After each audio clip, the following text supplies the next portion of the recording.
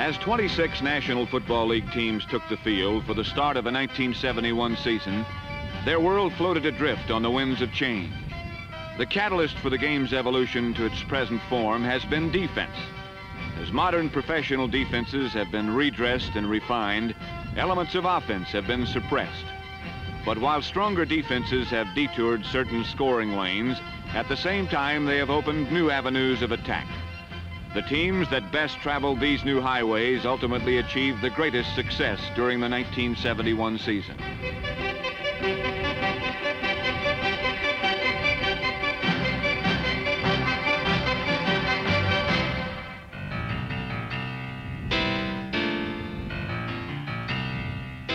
Defense. For every action, a reaction. Every move, a counter move. Possession was no longer 9/10 of the law as modern defenses claimed their right to the ball.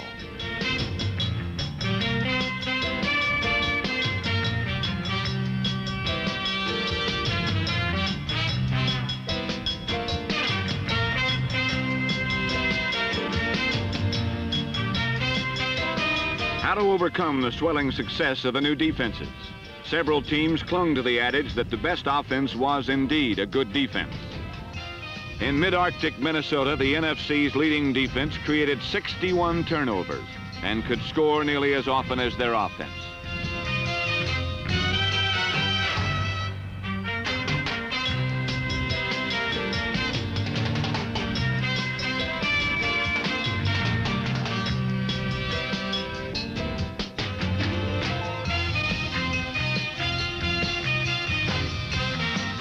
Viking defensemen are so storied that in 1971, Alan Page, number 88, became the first defenseman ever named the league's outstanding player.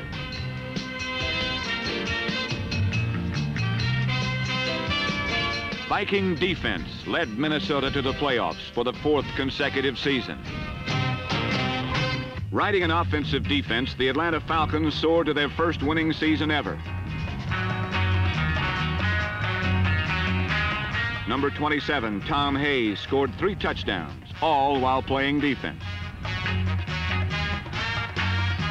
On consecutive Sundays, Hayes scored with blocked punts and later in the season traveled 60 yards with a fumble.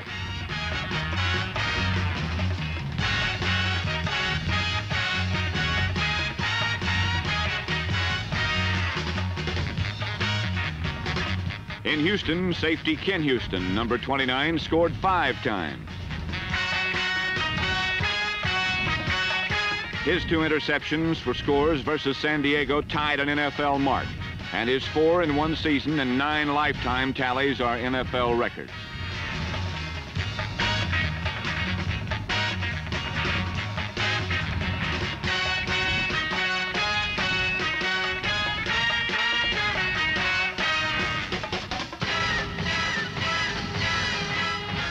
Defensive genius George Allen was named head coach in Washington.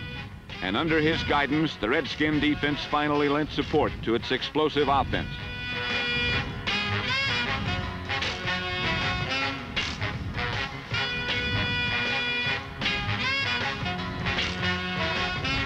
In 1971, the Redskin defense was the league's 4th best, the NFL leader in interceptions, and largely responsible for Washington's first playoff season in 25 years.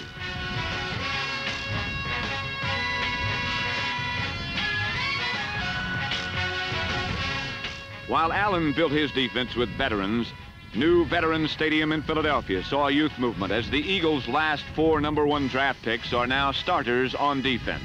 But a number 3 pick, Bill Bradley, number 28, made the most noise as he led the league in interceptions with 11.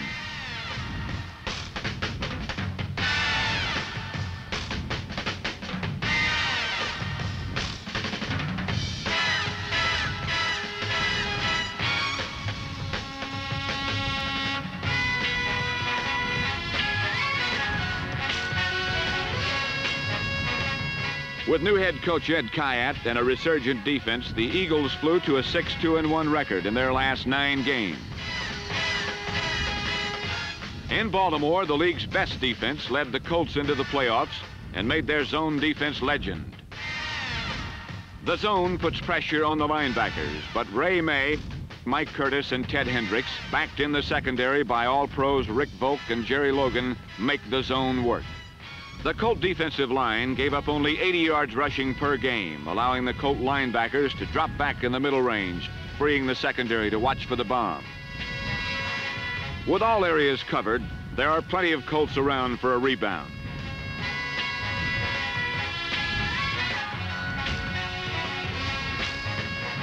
The Colt zone allowed only 9 touchdown passes in 1971 and was the model that many teams followed.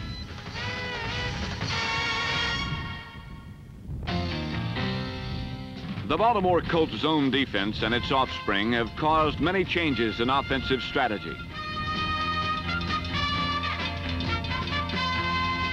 The zone was designed to eliminate the quick strike, the long one.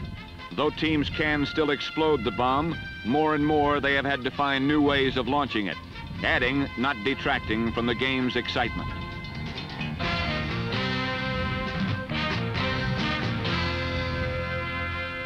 The big yardage pass play is now the result of the most elementary of athletic contests, the foot race.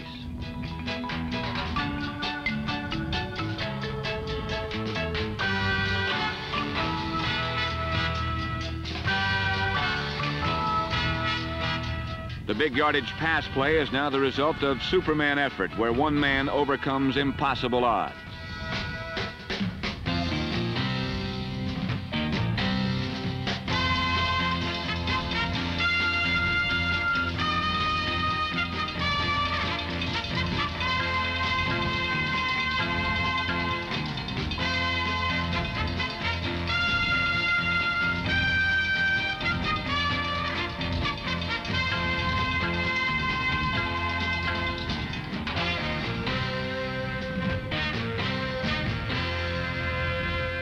The best way to beat the zone was not to throw into it at all, and 1971 was the year of the running back, as the ball possession gut-running drive returned to the game.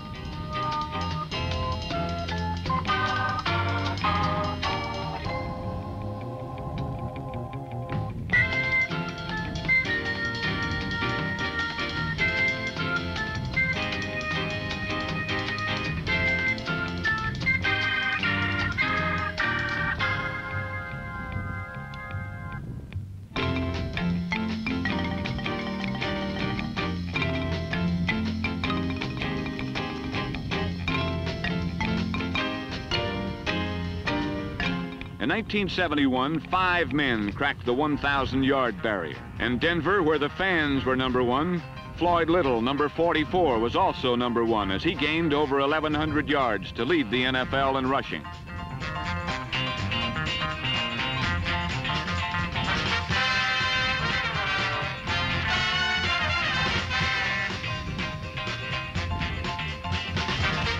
In 1972, Little will be playing for a new head coach, John Ralston, the 4th college coach to enter the NFL since 1970. The first was Tommy Prothro, who in his first season nearly led the Rams to the playoffs.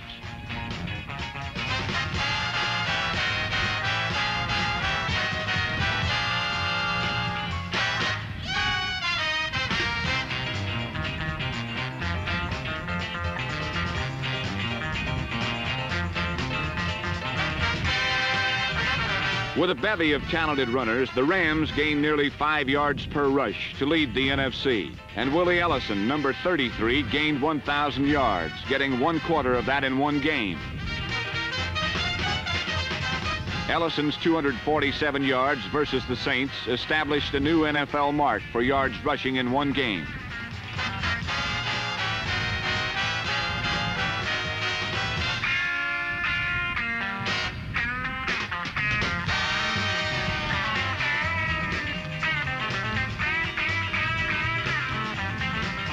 Another former college coach, Dan Devine, had a 1,000-yard runner in Green Bay.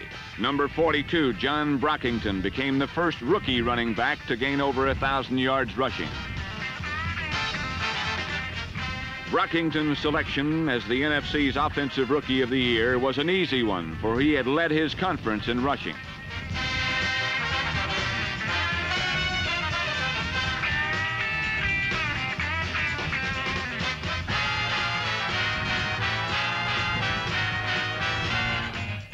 In Detroit, Steve Owens, number 36, rocked and socked his way for more than 1,000 yards and helped make the Lions the NFC's leading rushing team.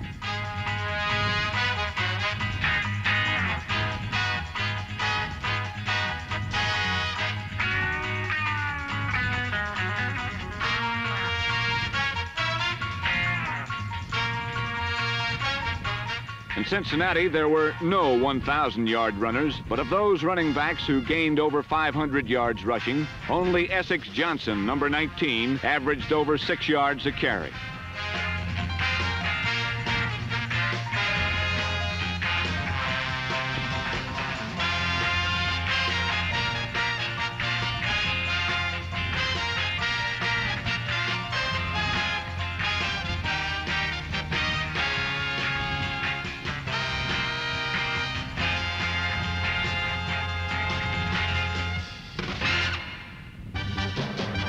The leading rushing team in the NFL was the Miami Dolphins.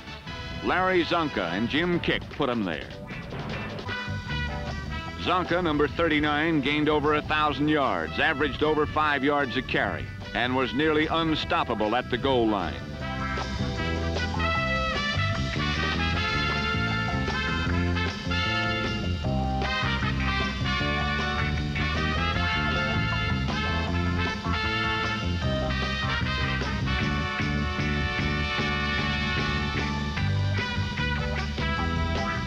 Kick, number 21, is the only man to rank in the top 15 in both receptions and rushing yardage over the past 2 seasons.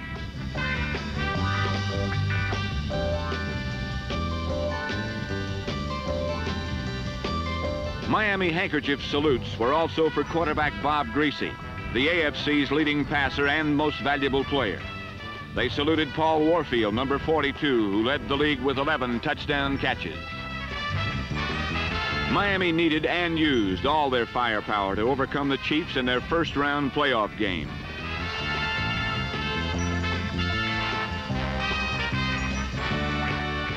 Seven and a half minutes into the second overtime period, Zonka set up a field goal try by Garo Yepremian, the NFL's leading scorer in 1971.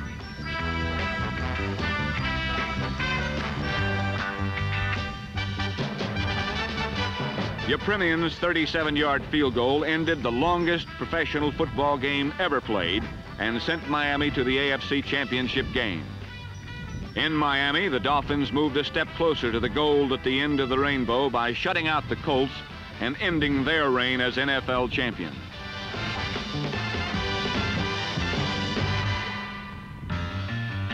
In Detroit, lion power took a different shape. Greg Landry, number 11, became the leading member of the new fraternity of running quarterbacks.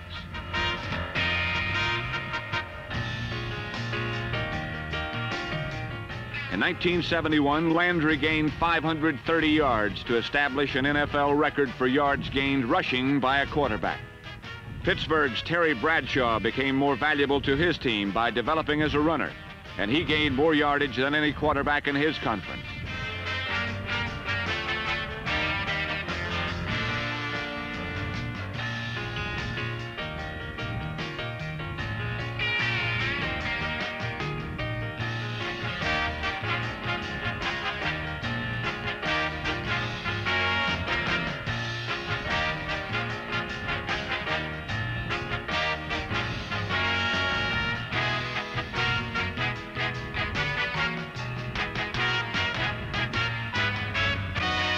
Chicago's Bobby Douglas, number 10, averaged over 7 yards per carry, and his running carried the Bears to upsets of Detroit, Dallas, and Washington.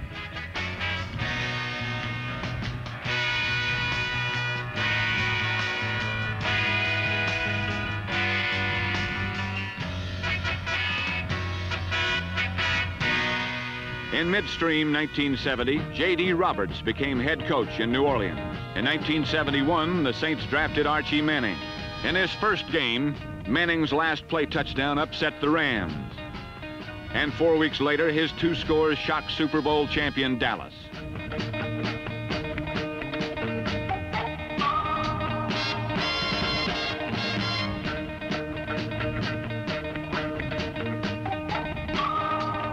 A similar story unfolded in New Schaefer Stadium, where John Mazur started his first full season as head coach of the New England Patriots.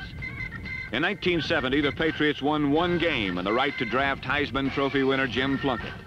At 6'4", 220 pounds, he was big enough to run, but it was his arm that brought him instant success.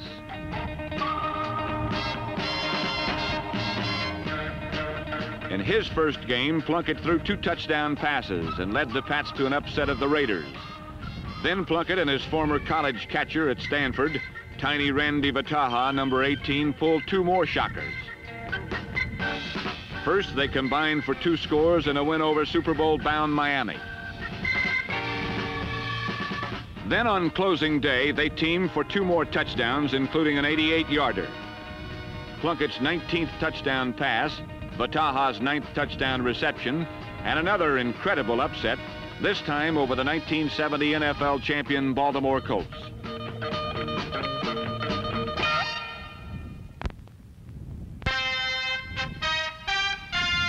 In 1971, the extensive use of the zone defense made it increasingly difficult to set up one-on-one coverage where the odds were with the receiver. Still, several teams found ways to accomplish it. In Kansas City, rookie Elmo Wright, number 17, teamed with longtime big play receiver Otis Taylor, number 89.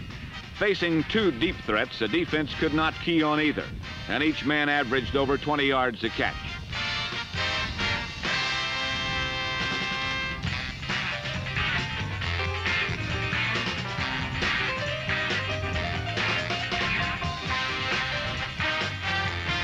Taylor was the NFL yardage champ and the only receiver to gain over 1,000 yards. And he and Wright did enough touchdowns celebrating to lead the Chiefs to the AFC West crown.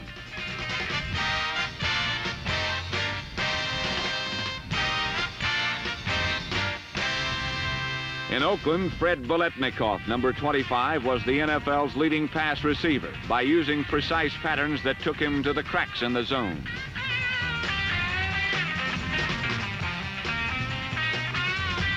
Across the bay in San Francisco, Gene Washington, number 18, was the NFC yardage king and one of pro football's most exciting pass receivers.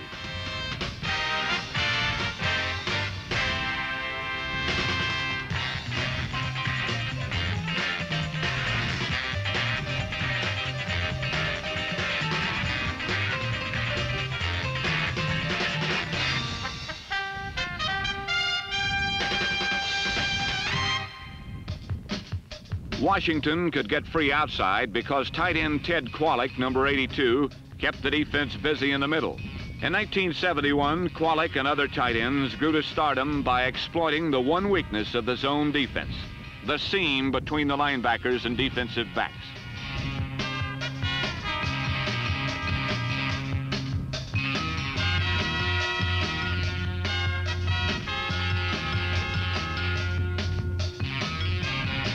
The tight end of the 70s is the man who can catch a ball in a crowd just before the edges of the zone snap shut around it.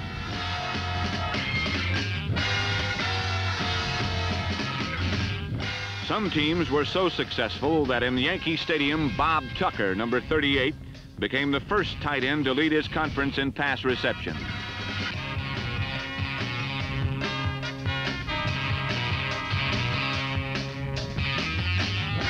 Many of his receptions were short pops as the Giants and other teams used the tight end as their clutch first down maker.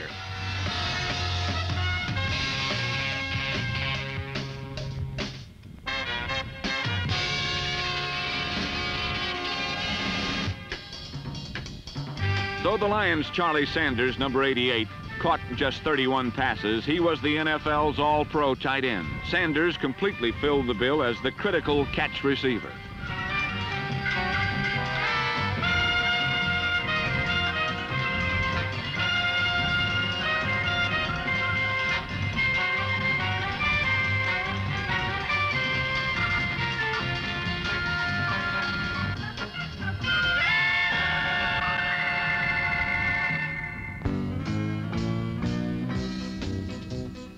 In New Texas Stadium, the Dallas Cowboys had all the new offensive forces, and they parlayed them into a Super Bowl championship.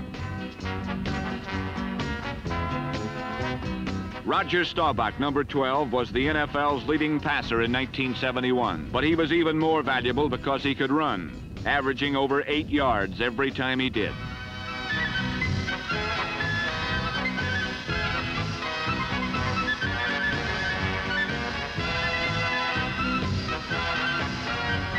Dallas had 3 fine running backs in Walt Garrison, Calvin Hill, and Duane Thomas. Thomas, number 33, led the league in touchdowns by rushing with 11.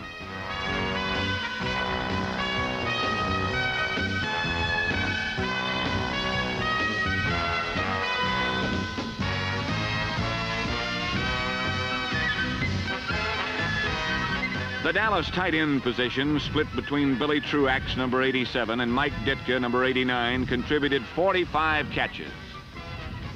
They opened the long lanes for wide receivers Lance Allworth, number 19, and Bob Hayes, number 22, the NFC's leading touchdown catcher with 8.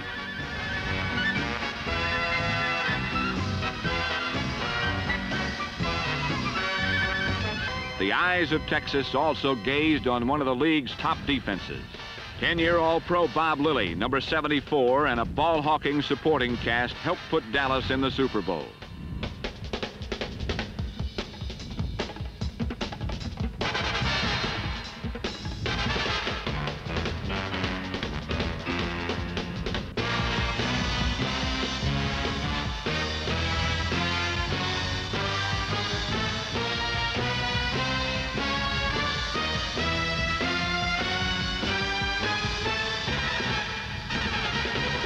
With the NFL's best balance of defense and offense, the Cowboys headed for the one thing that had always eluded them, a Super Bowl championship.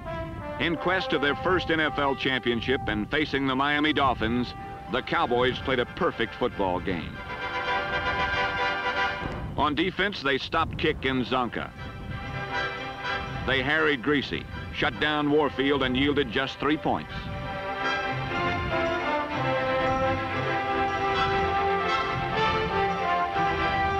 On offense, the Cowboys used every one of their attack elements. The Dallas runners established a new Super Bowl rushing record.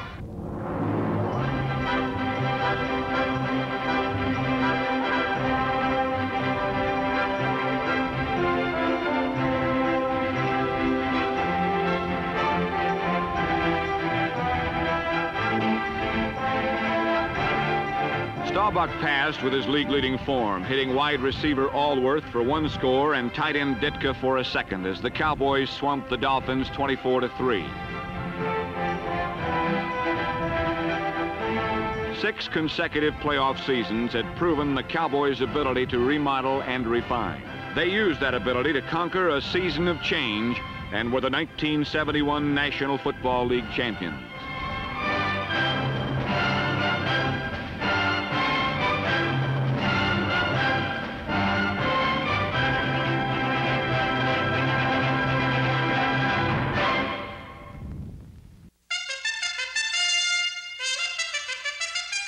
In sun-spangled New Orleans, Super Bowl VI unfolded in a panorama of pageantry. This brilliant backdrop was spiced by a surprise arrival, the Miami Dolphins.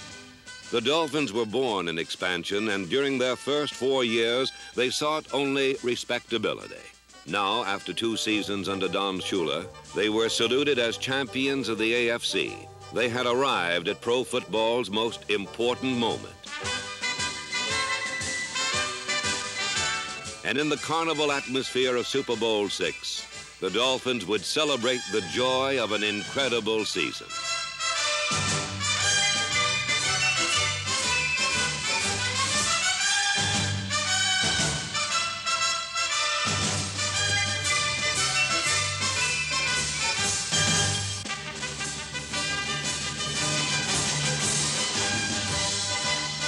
While the Dolphins rode an emotional crest, their opponents readied themselves with somber resolve. For even in the midst of sunny celebration, the Dallas Cowboys were haunted by a troublesome past. A past one man felt more keenly than anyone else. In 1960, bright young Tom Landry was called to Dallas and given an expansion team. The Cowboys did not win a game in their first 12 tries. "I'll build a winner from the ground up," said Landry, and with draft choices like TCU's Bob Lilly, the ragtag look of expansion began to give way to order. In 61, they won their first game. In 63, they became competitive.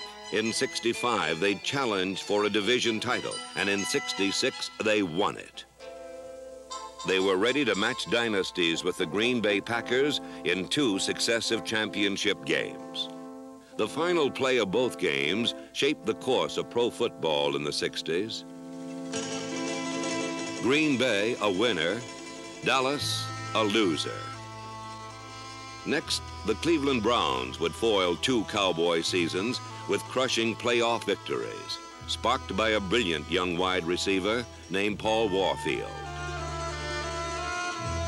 In 1970, Dallas finally reached the Super Bowl, only to have the Baltimore Colts deliver another last-second defeat. 5 consecutive division championships, 5 consecutive failures.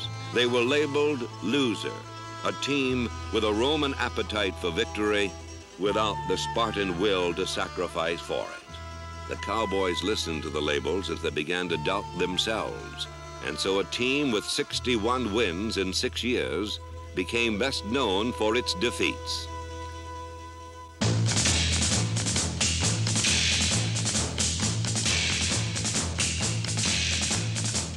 In Super Bowl VI, Dallas was determined to conquer its past as well as the Dolphins. The match was set. 2 teams up from expansion. One bred in the NFL, the other with its roots in the AFL. 2 teams which had never met. One out to earn the title of champion, the other trying to shed the label of loser.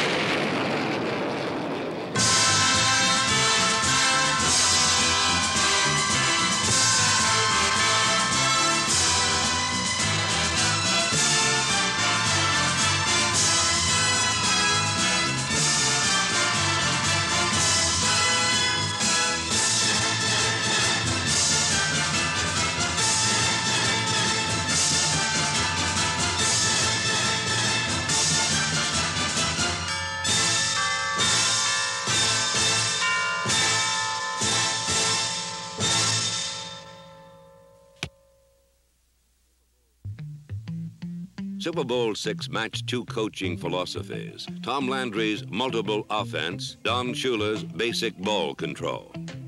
Over the years, the precision of the Cowboy offense has not altered.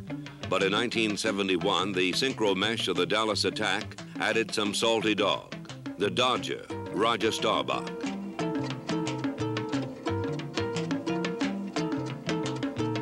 The scramble is not Tom Landry's favorite play, but Staubach had successfully used the tactic in 9 straight victories since being named starting quarterback.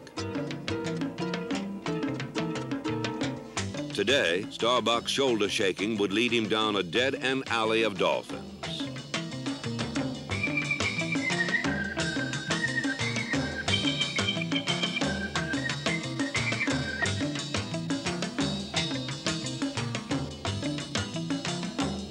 In the first quarter, Staubach left the pocket 5 times and lost a total of 9 yards.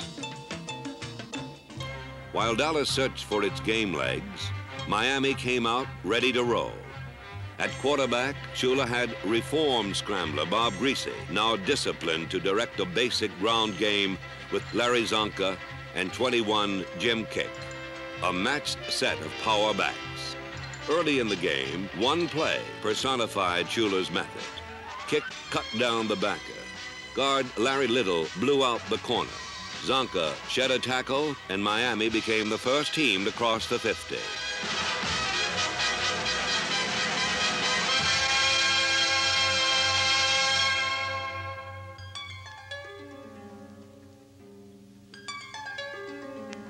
Larry Zonka fumbled for the first time in 238 carries, and a moment of early Dolphin advantage passed to the Cowboys. The young Dolphin defense turned to its leader, Nick Buonaconte. Staubach returned with a plan to strike at this Miami nerve center to gain control of Buonaconte's middle area. The implement of attack was a running game designed to start flow one way, then send the ball carrier cutting sharply back against the grain. Trapped out of position and blocked on every play, Buonaconte saw control of the middle slipping through his fingers as Dallas running backs began to probe the heart of the Dolphin defense.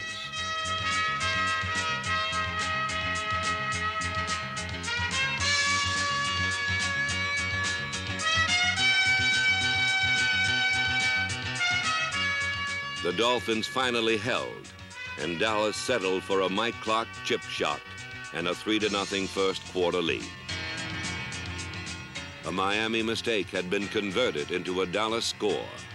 One game plan had faltered. Another was beginning to assert itself. The shadowy shapes of Cowboy past haunted Landry. A symbol of Dallas defeat had returned wearing aqua. To end the Paul Warfield curse, Landry dispatched number 34, Cornell Green, to follow every movement,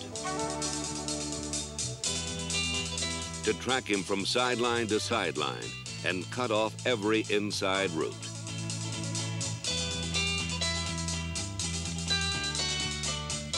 With Green blanketing inside, cornerback Mel Renfro could drop outside. Smothered inside out, Warfield began to feel pressure where there was none. To stop the Dolphin ground game, Landry turned to another source. Bob Lilly had shared every nightmare the Cowboy passed. Now he set out to rid himself of the memory.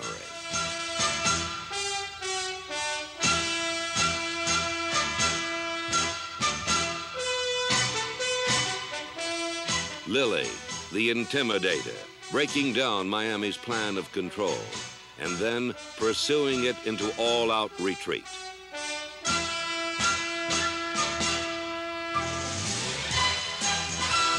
In the heat of the moment, ex-scrambler Bob Greasy had reverted to his old wild ways.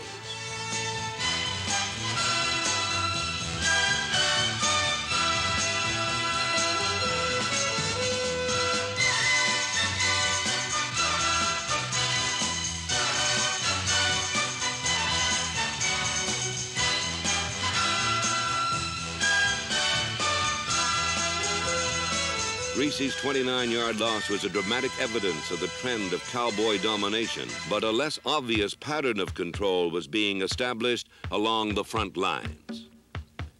Licio, Nyland, Manders, Nye, and Wright, the Cowboy offensive line, a machine well-oiled with experience, now held sway in the trenches. With clockwork precision, holes were pried open, and Walt Garrison popped through.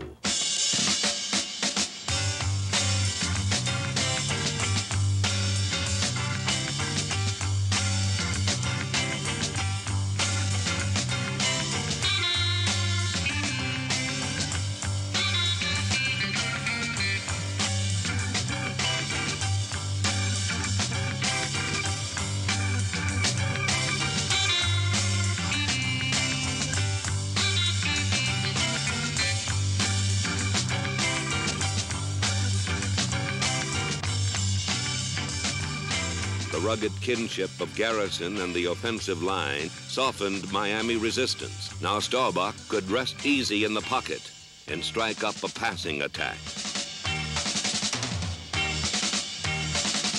Still, something was missing, and for that something, Staubach needed to look no further than his own huddle.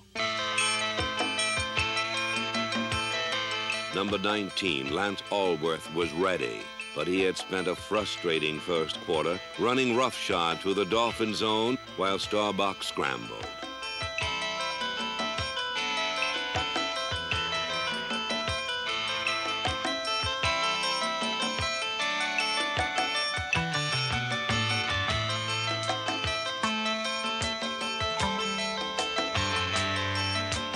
he took his problem to the proper authority. And when the Dallas ground game stalled, the magical hands of Lance Alworth were ready. For a decade, the feats of this man have been legend, but now he was about to make what he would call later the two most important catches of his career.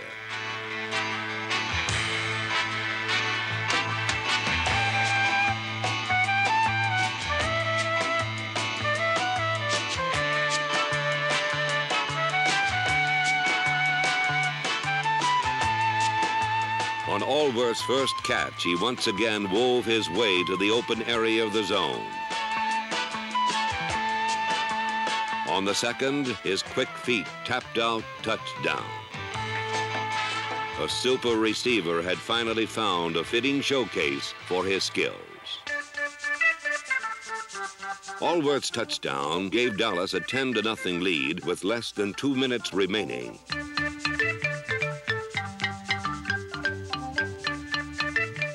Warfield finally sifted through his escort to put the Dolphins within range at the Dallas 24. But Miami touchdown hopes fell harmlessly off Warfield's chest. A replay demonstrates why. Warfield broke free behind Green, but the Dallas safety reacted back to deflect the ball.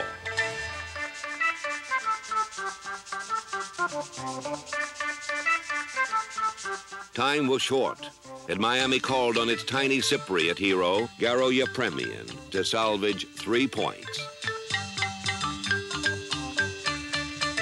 Miami had demonstrated its quick striking capabilities, and in a half dominated by Dallas, the Dolphins left the field still in contention 10-3.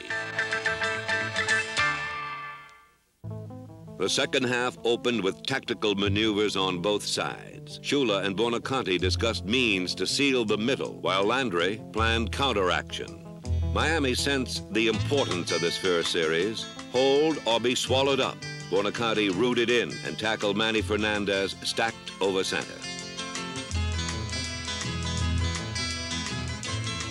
The shocked Dolphins watched Dallas fly outside. The flanks opened, and Duane Thomas flowed into the secondary.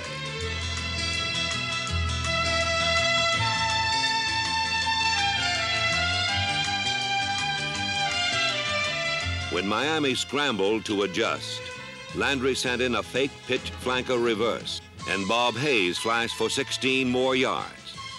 Then back to Thomas to weave his way home.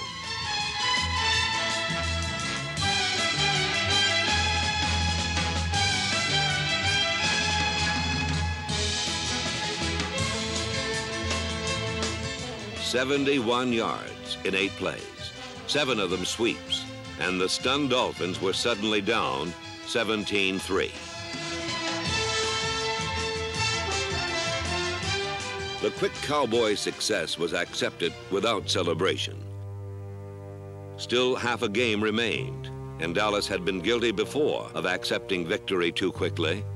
Veterans remembered other games seemingly won, only to be lost.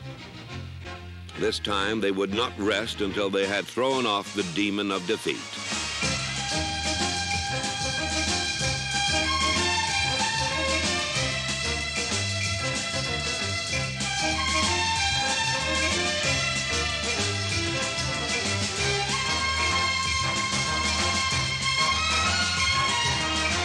Thomas, Garrison, Calvin Hill, and the offensive line plundered the Dolphins for a Super Bowl record 252 yards rushing, and Staubach settled into his role of captain with easy confidence.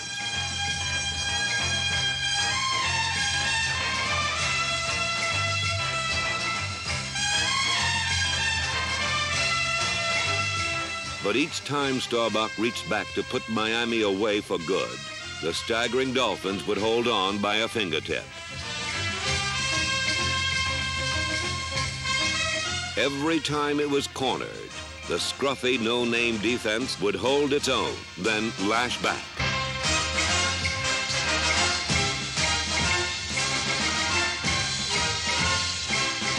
The Cowboy offense controlled the game but could not put it away.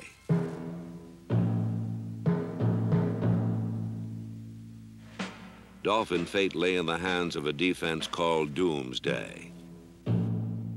Doomsday measured Miami for defeat.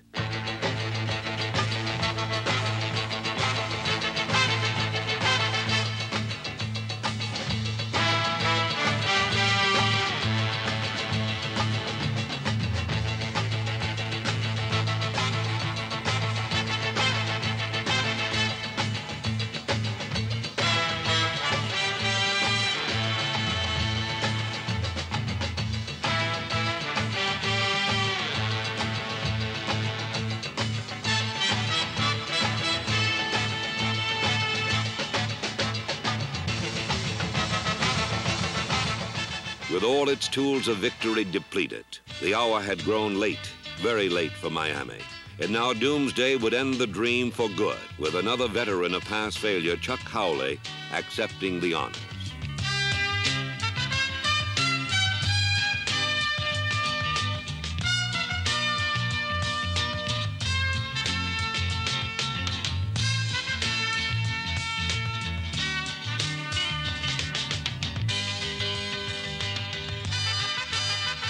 In every season since 1966, Tom Landry had watched his team lose the one game that really mattered. Now he looked on as his Dallas Cowboys finally sealed sweet victory.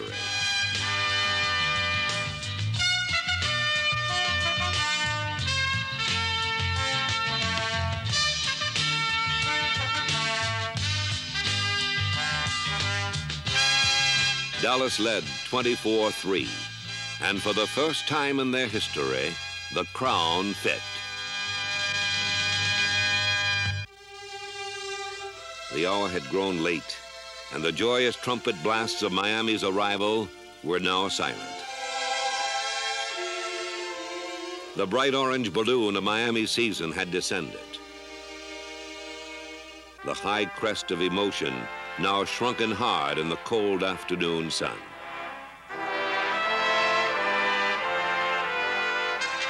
But a memory remained, the image of a remarkable season put together by an unlikely team. The Dolphins were determined to have one last moment.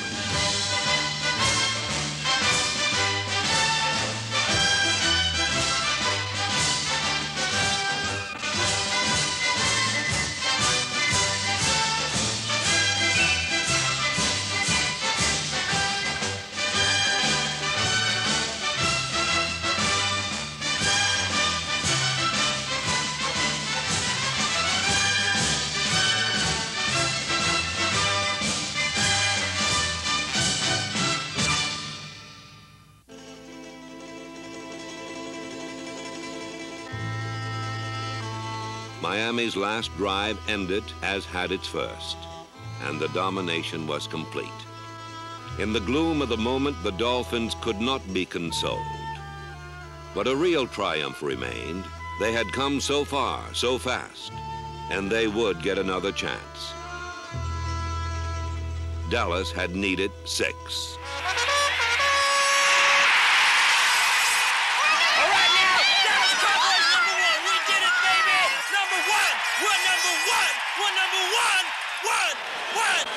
We're champions, #1. Dallas Cowboys. Hey, Bob, who got that ball? Well, he fumbled, then I hit it. It hit his slide. Yeah, he fumbled it, and then whenever he went to get it, I hit it with my hand. What a time to get it. Just think, those people that had those white handkerchiefs waiting before we came out, I think they're going to use them to dry their eyes now. Look at them. Dry your eyes and weep. We're #1. Hey, let's get better now. We'll improve out here in the next couple series. Let's go. Yeah, we're in good shape now. All we have to do now is just hold the ball. Yeah, that we got one solid quarter running tough, baby. Running tough. Ready? Set. Hut you, hut you, hut you.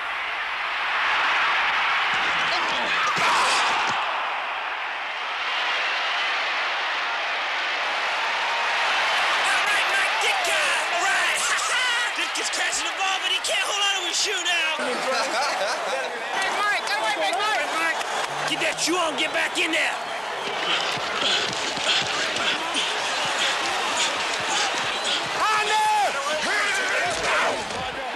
Did we get enough? Looks like it. First down, dynamite. Get back in there. Go, Cal. Turn it up. Go, Cal. Run, baby, run!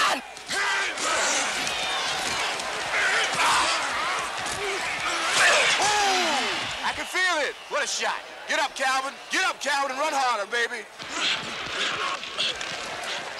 Whoa, he's a little bull. Look at him.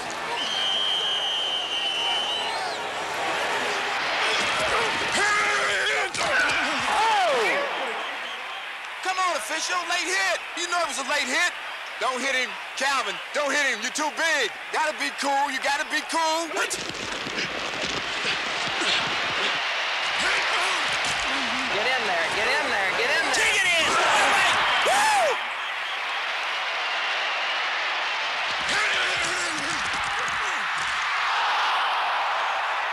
God, dog it every time he goes up in the air, he loses the ball. Stay on your feet. Dog. Got it? That's okay. A fumble doesn't hurt us. We got the game. Hey, Walt. Wow, man, what happened? Hey, my tongue. Your tongue? I guess you realize now this is a pretty rough game. Or either that or you just keep your tongue in your mouth. All right. Ooh, man. Finally. Oh. What do you think, Coach? I think it's pretty nice. Congratulations. I'm really happy. Hurry up, Mike! And we're finally number one. All right. Let's go. Number one.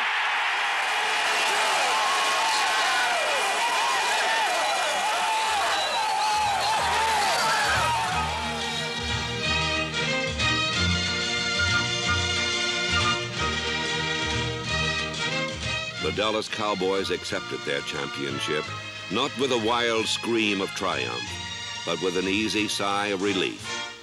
12 years separated Tom Landry from his first dream to its realization, and in the end, the long, hard road made the final destination seem all the sweeter.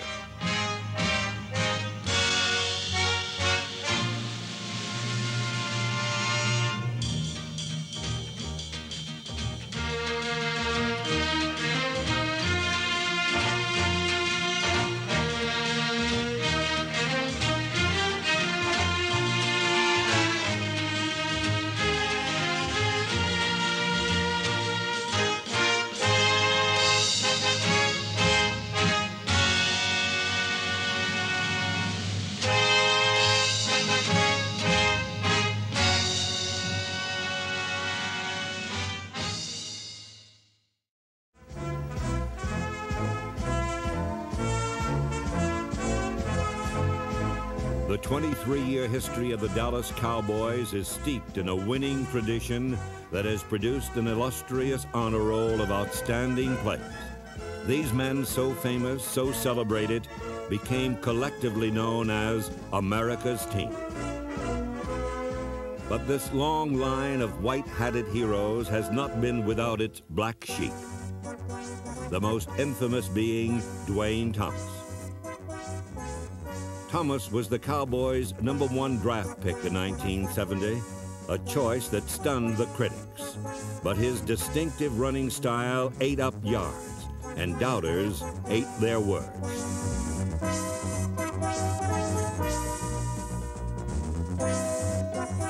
Duane Thomas was a unique player when he came into the league because he had a very unusual gliding motion when he ran. He would look like he was going maybe 3/4 the speed, and then he would see an opening and would have a very, very smooth burst and a very good feel when he got into the secondary. Thomas gained over 800 yards in his rookie year, and his rushing average was the highest in the NFL. He could also block and catch. He was a complete running back, cast in the mold of Jimmy Brown, who appeared to be a model team player. And it was something that I didn't mind doing. I didn't mind paying the price to win, because that's what I was there for. You know, people unite on the basis of what they have in common. And football was something that we all had in common, and we united on that. And we were able to achieve this goal. And that had a domino effect, because everyone had something to contribute. The Cowboys won their first NFC championship in 1970, but smiles disappeared the next year when Thomas proved a goldfish can behave like a shark in the same fishbowl. And I thought he was going to be one of the greatest running backs of all time. And then unfortunately something happened in his second year that changed his whole attitude, and then it got to be very miserable to be around. During the off season after that year, it looks and appears that he did get on drugs after that year, and then when he came back, you can never tell what he was going to be like in any given day. You might walk by him one day and he would say, you say hello to him and he would say hello to you. The next day he'd say, hey, leave me alone. Yeah, don't talk to me. These forces, whatever they were, whether it was an agent or his feelings towards life, he went into a shell, and he was tough to communicate with, and it affected his play and it affected his opportunities in the National Football League. 1971 was the silent season of Duane Thomas. A loner, isolated from the team, he became an enigma known as the Sphinx. I made a statement prior to going into the season. I said, gentlemen, this is my last interview.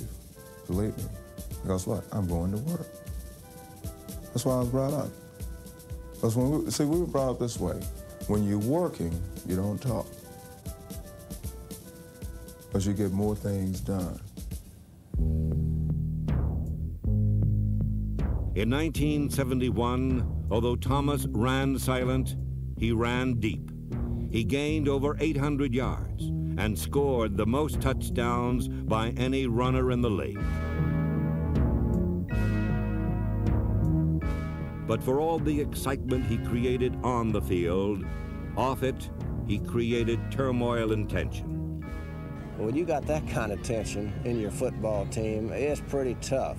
And he would be in a meeting room and he'd have his head down, his eyes closed the whole time. He'd never look or talk or anything in the meeting room. At the early meeting, you were considered late if you didn't answer your name when it was called on roll. And so Duane never answered his name.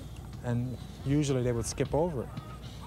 This one particular day, the guy who was calling roll, for some reason decided that, Duane was going to answer here or,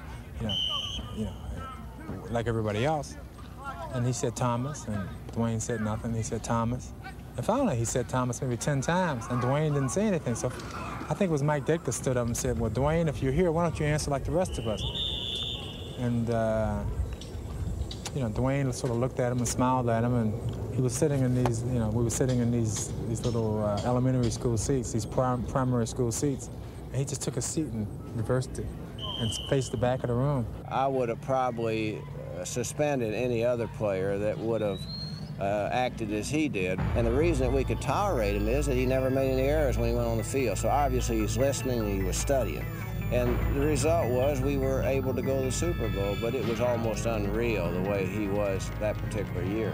Thomas almost burnt down the house the Cowboys had carefully built. But he ran through the fires like a man wearing an asbestos suit.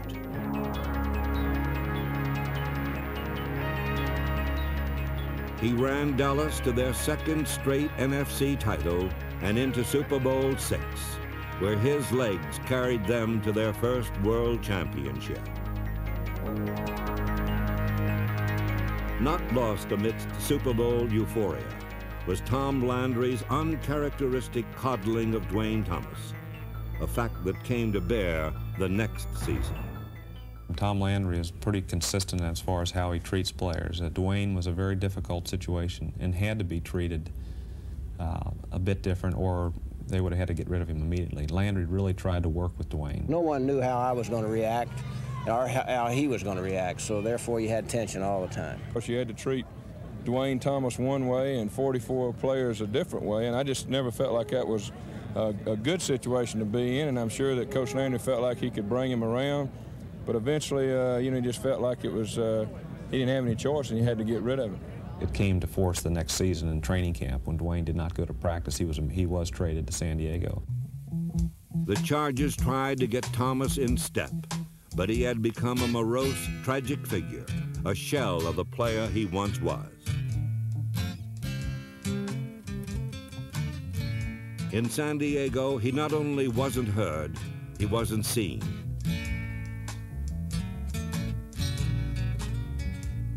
He suited up for only one game, but didn't play.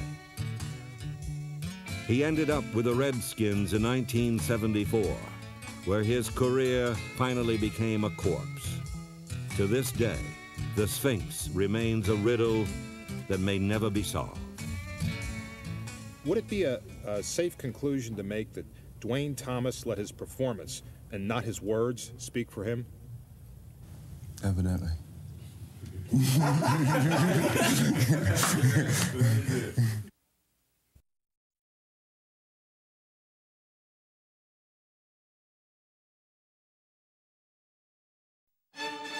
Bob Lilly, number 74, was the foundation on which the Dallas Doomsday defense was built, playing defensive tackle at a level previously unseen in the NFL.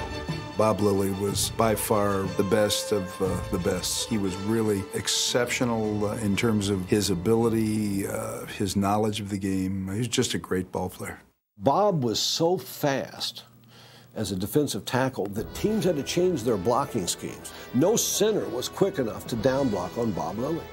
As the Cowboys' first ever draft pick, Lilly carried the weight of franchise expectations on his broad shoulders. His efforts propelled Dallas on its quest for a championship.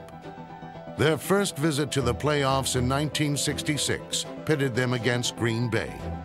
Lombardi's Packers were already a dynasty, and the only thing Lilly's Cowboys could take from the game was experience. Next year's championship would have been the Cowboys' first, if not for Green Bay's stunning home field advantage. It was sort of like being in a dream world. You couldn't do anything because it was so slick and it was so cold that the players, I don't know how they caught the ball. Lilly's speed was neutralized by the ice that covered Lambeau Field. The same ice Lilly kicked at in futility to deny the touchdown that sent Dallas to its second playoff loss. Maybe we just found out that we were not good enough. I don't know what it was. I think that devastated us for a couple of years. The next 2 years, the Cowboys' high hopes ended in crushing playoff losses to an inferior Browns team. In both games, Cleveland scored over 30 points on the reeling Doomsday defense. But the biggest disappointment was still to come. In Super Bowl V, a multitude of turnovers put the Colts in position to steal the championship. The game's two enduring images were Jim O'Brien's leaping celebration and Bob Lilly's spontaneous gesture of disgust. We really were a better team than Baltimore that year, and Bob was just frustrated at the end of the game, as everyone was. Here we came so close again. That's what all the publications said, Dallas Cowboys, bridesmaids of the NFL. I'll never forget that title as long as I live. We had one goal, and that was to go back to the Super Bowl and win it. Lilly led the way in 1971 as the Cowboys tried one more time to win it all. Against the Dolphins in Super Bowl VI, next year's champions finally claimed football's ultimate prize. Lilly and the Doomsday defense dominated Miami, holding them to a field goal. He put the exclamation point on that championship with a sack that remains the longest in Super Bowl history. The bridesmaids of the NFL finally had their wedding day. And I think that was probably the best game that we ever played, and that was a game where the Cowboys became America's team. And boy, it was a struggle to get there and to get this ring. It was very difficult. People were beginning to say we couldn't win the big one and all this, and they were right. But we finally did it. I put that big cigar in my mouth and lit it up, and I think that was the happiest day of my life as far as athletics.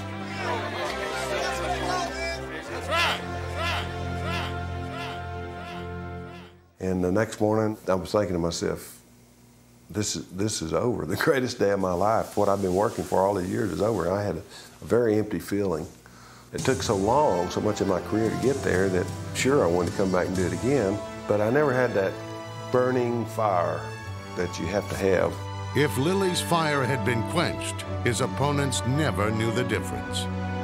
He was the first Dallas Cowboy elected to the Hall of Fame, and the man still considered to be the greatest defensive tackle in NFL history.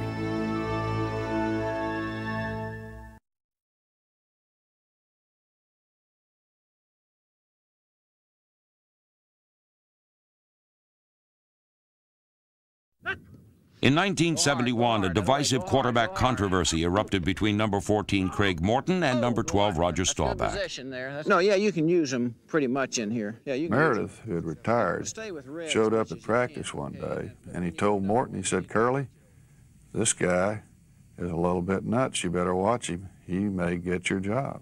Roger was the type of guy that he couldn't be friends with his competitors. He knew that I wanted his job, though, so we weren't friends. It was a very tough decision for me to decide which one was going to lead us into the 70s. Coach Landry lost maybe a little credibility in the fact that he didn't name a starter and say, this is my man, this is who we're going with, and we're going to build a team around him.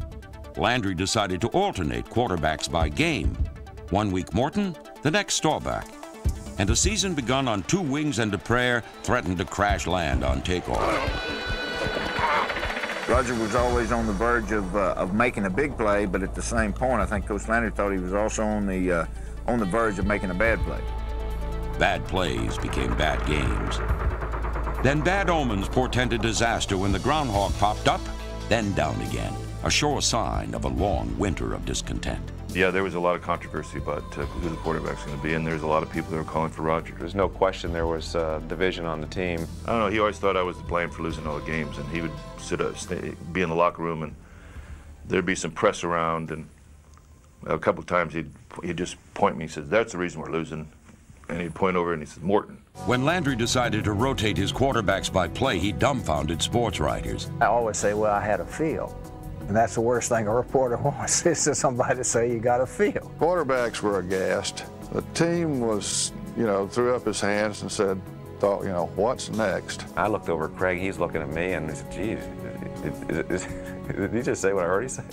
You could alternate plays? And it was really, to me, ridiculous. It was silly. The whole thing was a joke. It was alternated plays.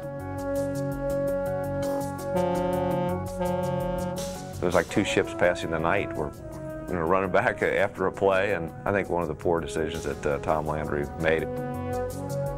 This dizzying quarterback carousel marked the flashpoint of the crisis. Landry thought that no matter who the engineer was, the train would stay on the tracks. It was a great coach deciding, no matter who's behind the center there, as long as they do what I tell them to do, we're going to win. Landry to this day will tell you that he thinks that's the ultimate system. I'd still do it today if I was coaching. They won't like it. People don't like it. The Cowboys staggered to their third loss in 7 games. 2 days later, the season was dramatically saved by Tom Landry. He called me up 10:30 at night, and he said, "Can you come over and go in his little trophy room and sit down?" He says, "Well, I've decided to go with Staubach. Thanks for coming over." That was it. I think it was probably a flip of the coin. I don't know how they did it, but I was the most excited I've ever been in my entire life, and they told me I was going to start the rest of the season. I think Roger was capable of pulling games out where maybe Craig wasn't. Craig went into some games with some doubt about whether he was going to win or lose, and I don't think Roger ever went into a game like that. I think Roger always went into a game expecting to win. Behind their inspirational general, the Cowboys won 10 straight games, including their first Super Bowl triumph, where Staubach was named the most valuable player. Landry was pledging the team's future to Staubach. The other guy was destined to be the number 2 from here on out, so the loser had to leave town. In 1975, Morton was traded to the Giants for a #1 draft pick named Randy White. 3 years later, their paths collided in New Orleans. Morton was the Broncos quarterback, while White was an all-pro.